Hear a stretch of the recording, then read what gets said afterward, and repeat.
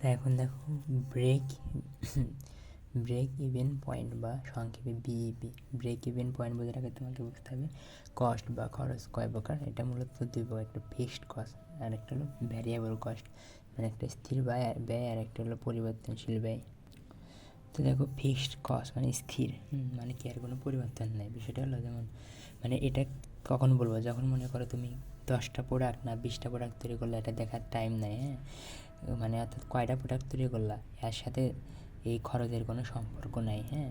তো মানে কয়টা প্রোডাক্ট তুমি তৈরি করলা, এমন কয়টা 10টা করো আর 20টা করো তোমার ব্যাপার, কিন্তু এর সাথে যখন কি এই খরচের কোনো সম্পর্ক থাকবে না তখন সেই খরচকে আমরা বলবো ফিক্সড খরচ, মানে অর্থাৎ ফিক্সড কস্ট। যেমন মনে করে দোকান ভাড়া, তুমি একটা দোকান ভাড়া নিয়েছো, এখন তুমি দোকানে 5টা কলম বিক্রি করবা না 10টা কলম বিক্রি করবা, এটা দোকানের মালিকের বোঝার দরকার নাই, হ্যাঁ। এই তো কয়টা বিক্রি করলা না করলা তোমার ব্যাপার, কিন্তু আমার দোকানের ভাড়া মনে করো 5,000, তাহলে আমাকে অবশ্যই মাস শেষে 5,000 টাকা দিতে হবে। অর্থাৎ তার মানে কি যে তার মানে হলো যে তুমি কয়টা কী বিক্রি করতেছো না করতেছো ওগুলো দেখার টাইম নাই, ওগুলোর সাথে কোনো সম্পর্ক নাই। যে একটা খরচ আছে ওইটা মাস শেষে বা বছর শেষে বা নির্দিষ্ট সময় পর তোমাকে দিতেই হবে, মানে তুমি দিতে বাধ্য, হ্যাঁ। দোকান বন্ধ রাখো খোলা রাখো দিতে বাধ্যই, হ্যাঁ। ওই খরচটাকে আমি বলতেছি ফিক্সড খরচ। যেমন দোকানের আবার মনে করো মেশিন বা ইনভেস্টমেন্ট, যে মেশিন বা তুমি যে ইনভেস্ট করো, হ্যাঁ, মনে করো 10টা মেশিন ইনভেস্ট করে রাখছো, তুমি তো টাকা নষ্ট করে দিছো আগেই, হ্যাঁ। এখন তুমি 10টা মেশিন চালাও আর না চালাও এগুলো সমস্যা নাই, তুমি যা টাকা আগে দিয়ে রাখছো তো দিয়ে রাখছোই, হ্যাঁ, মানে ফিক্সড হয়ে আছে এরকম। তো মনে রাখবা সংক্ষেপে যে বাসা মানে করো এরকম দোকান ভাড়া, তারপরে মেশিন বা ইকুইপমেন্ট, এগুলো হলো তোমার ফিক্সড কস্ট। আর ভ্যারিয়েবল কস্ট কি, ভ্যারিয়েবল হলো তোমার ইয়ের সাথে সম্পর্কিত, তুমি কয়টা প্রোডাক্ট তৈরি করতেছো বা বিক্রি করতেছো তার সাথে সম্পর্কিত, হ্যাঁ। অর্থাৎ তুমি মানে কি কয়টা প্রোডাক্ট তৈরি করতেছো বা কয়টা প্রোডাক্ট তৈরি করতেছো বা না করতেছো এর সাথে তোমার এই খরচটা চেঞ্জ হয়, হ্যাঁ, চেঞ্জ হয়। যেমন মনে করো তুমি এগুলো ভ্যারিয়েবল কস্ট কোনগুলো হয়, যেমন কাঁচামাল, যেমন মনে করো ময়দা, হ্যাঁ, ময়দা আমরা পরোটা বানাই। তো মনে করো যে তুমি 5টা পরোটা বানাতে চাও, তাহলে যদি 50 টাকার ময়দা লাগে তাহলে তুমি ডাবল মানে 10টা পরোটা বানাতে চাও, সেই ক্ষেত্রে কিন্তু আমার 100 টাকা ময়দা লাগবে। প্রথমে আমার লাগছিল কত 50 টাকার ময়দা, তারপর কি 10 টাকার ময়দা। তো দ্বিতীয় ক্ষেত্রে কি খরচ বেড়ে গেছে, দেখছো খরচ কেন বেড়ে গেছে, কারণ তুমি পরিমাণ বাড়াইছো, তুমি কি প্রোডাক্টের পরিমাণ বাড়াইছো, হ্যাঁ। এখানে আমি প্রোডাক্ট বললাম, পরোটাকে সমস্যা নেই। তার মানে কি তুমি যদি প্রোডাক্টের পরিমাণ বা সংখ্যা চেঞ্জ করো তাহলে তোমার কি ওই প্রোডাক্টের সংখ্যার সাথে সাথে তোমার খরচটা পরিবর্তন হয়। এরকম যেহেতু পরিবর্তন হয় এই জন্য আমরা এটাকে বলি ভ্যারিয়েবল কস্ট বা পরিবর্তনশীল, হ্যাঁ। আর আগে ছিল কি কনস্ট্যান্ট, তাই না। তার মানে প্রোডাক্ট তুমি কয়টা বিক্রি করলা না করলা ওগুলোর সাথে কোনো সম্পর্ক নাই, মাস শেষে বা নির্দিষ্ট সময় শেষে তোমাকে একটা টাকা দিতেই হবে।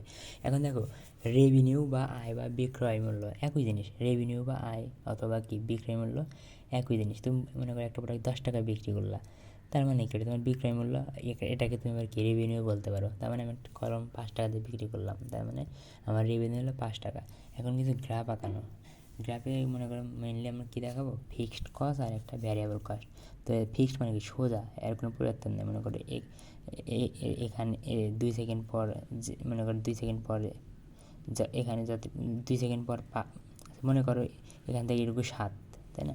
2 সেকেন্ড পরেও এর মান 7, 10 সেকেন্ড পরেও 7, 30 সেকেন্ড পরেও 7। তার মানে ফিক্সড প্রাইস কস্টের কার্ভটাকে একদম মানে এক্স অ্যাক্সিসের সাথে একদম প্যারালাল। আর ভ্যারিয়েবল মানে কি পরিবর্তন। মনে করো এখানে মনে করো 2 সেকেন্ডের ক্ষেত্রে দাম ছিল মনে করো 2 সেকেন্ড এখানে সময় 2 সেকেন্ড, মনে করো দাম ছিল 50 টাকা, সময় একটু বাড়ছে, দেখছো এটাও বাড়ছে, সময় আরও বাড়াও এটা আরও বাড়াও, মানে এদিক বাড়তেছে মানে পরিবর্তন হতেছে, ওই জন্য আমরা বলতেছি ভ্যারিয়েবল কস্ট। তার মানে এটা হলো আমার ভ্যারিয়েবল কস্ট। মনে রাখো ভ্যারিয়েবল কস্ট শুরু হবে একদমই কর্নার থেকে, একদমই ফিক্সড কস্টের একদমই কর্নার থেকে তোমার ভ্যারিয়েবল কস্টটা একদম উপরে বাড়বে। এক্স্যাক্টলি 45 না, তুমি তোমার ইচ্ছা মতো দিবা, এগুলো দেওয়ার কোনো ভুল নাই, হ্যাঁ। এখন আসো আরেকটা জিনিস হলো টোটাল রেভিনিউ, হ্যাঁ। টোটাল রেভিনিউ কি একদম এই তোমার এই রেখাটা একদম মূল বিন্দুগামী যে রেখা দেখতেছো, এই মূল বিন্দুগামী রেখাটাকে আমি বলতেছি টোটাল রেভিনিউ, হ্যাঁ। তো দেখো এটা 45 ডিগ্রি, এটা কি একদম 45 ডিগ্রি।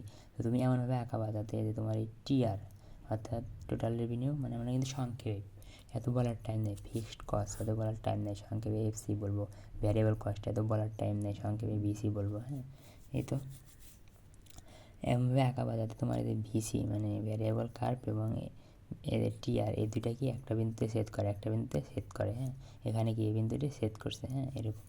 তো এখন এসে একটা কি ব্রেক ইভেন পয়েন্ট কাকে বলতেছি, যেখানে টিআর এবং ভিসি অর্থাৎ ভ্যারিয়েবল কস্ট এবং টোটাল রেভিনিউ সেট করে, ওই সেট বিন্দুটাকে আমি বলতেছি ব্রেক ইভেন পয়েন্ট। তাহলে এটাই আমার ব্রেক ইভেন পয়েন্ট। হ্যাঁ,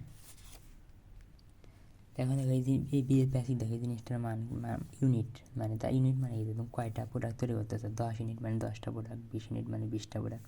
এটা ধরে বুঝেছি যে আমার প্রোডাক্ট কয়টা বলো, ইউনিট 20টা প্রোডাক্ট। আর 20টা এখানে কি সেলস মানে বিক্রয় মূল্য, 20টা প্রোডাক্টের মূল্য 400 টাকা, 42টা প্রোডাক্টের মূল্য 500 টাকা। এটা কনসেপ্ট, এটা হলো কনসেপ্ট, এবার কাজে লাগবে। হ্যাঁ, এখন দেখো ব্রেক ইভেন পয়েন্টে হয় এটা কি, ব্রেক ইভেন পয়েন্টে কী হয়, টোটাল রেভিনিউ সমান টোটাল কস্ট।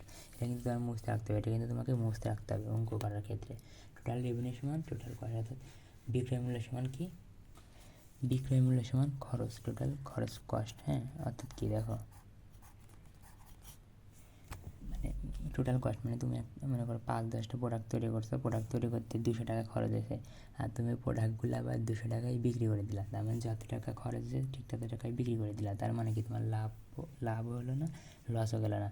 তার মানে আমার ব্রেক ইভেন পয়েন্ট বলতে বুঝবো এমন একটা পয়েন্ট যেটা দ্বারা প্রকাশ করা হয় যে তোমার লাভ লস কোনোটাই হবে না, লাভ হবে না, লস হবে না, চালান থাকবে আর কি।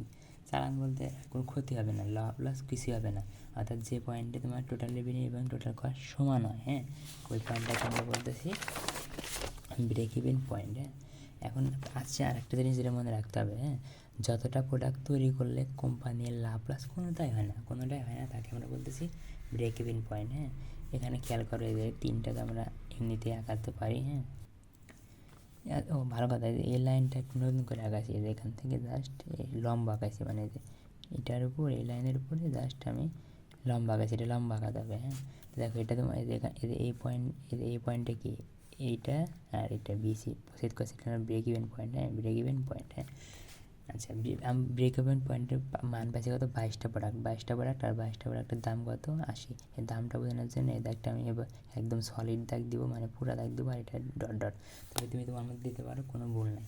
আচ্ছা ব্রেক ইভেন পয়েন্ট আমি কী বলছি যে কতটা প্রোডাক্ট তৈরি করলে কোম্পানির লাভ লস কিছুই হবে না, তার মানে কি 22।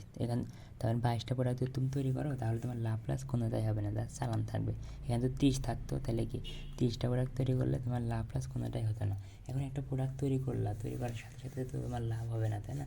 তোমাকে একটা কি সময় দিতে হবে না, ধীরে ধীরে বিক্রি মানে বেচা ভালো মানে বিক্রির পরিমাণ বাড়বে, লাভও হবে। হ্যাঁ, শুরুতে তার লাভ হবে না, শুরুতে একটু লসই হবে। হ্যাঁ, এই তো। এখন দেখো লাভ বা লস কখন হবে, তোমার যে ব্রেক ইভেন পয়েন্টটা থাকবে। হ্যাঁ, এই ব্রেক ইভেন পয়েন্টের উপরে গেলে তোমার লাভ হবে, আর ব্রেক ইভেন পয়েন্টের নিচে গেলে লস হবে।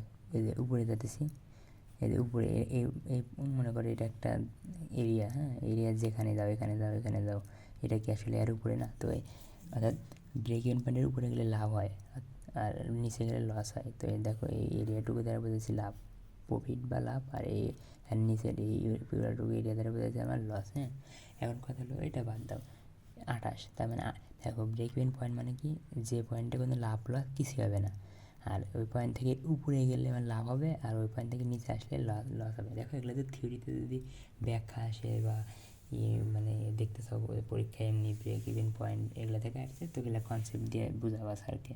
তো যাই হোক দেখো ব্রেক ইভেন পয়েন্ট 28, তার মানে 28টা প্রোডাক্ট তৈরি করলে আমার লাভ লস কোনোটাই হবে না।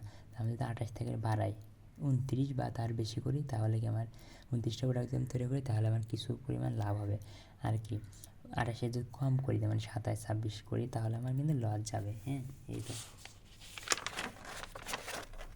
তো দেখো অনেক সময় ম্যাথে আমাদের চিত্র আঁকাতে হয়, ম্যাথে কী করতে হয়, চিত্র আঁকাতে হয়। চিত্র আঁকানোর ক্ষেত্রে তুমি কী আঁকাবে, 3টা কার্ভ, এফসি, বিসি আর টিআর জানো। হ্যাঁ, তার ভিতরে তোমার এই যে ভিসি, হ্যাঁ এটা তো একদম লাইন বরাবর যাবে, এর জন্য কোনো মানের ভ্যালু জানার দরকার নেই।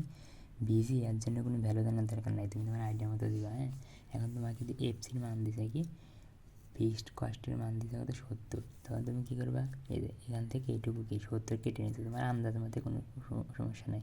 এখান থেকে এখানে তুমি চাইলে কিন্তু এখানে নিতে পারতা, নিতে নিয়ে ফিক্সড কস্ট মানে শুধু একটা টান দিলা। তারপর বলছে যে 40টা প্রোডাক্ট বিক্রি করলে কোম্পানির কোনো লাভ লস হয় না। তার মানে কি 40টা প্রোডাক্ট হলো আমার কি থাকবে, কী থাকবে আমার হলো ব্রেক ইভেন পয়েন্ট। কিছুই না, এখন সহজ আমি দেখাই, এভাবে দিলা। তারপর তুমি তোমার এই যে এটা তো 70 দিচ্ছি না, দেখো 70 ওরা কেটে নিলাম, এটা আমি 70 বরাবর কেটে নিলাম। তারপরে এটা তো 90 যাবে, হ্যাঁ।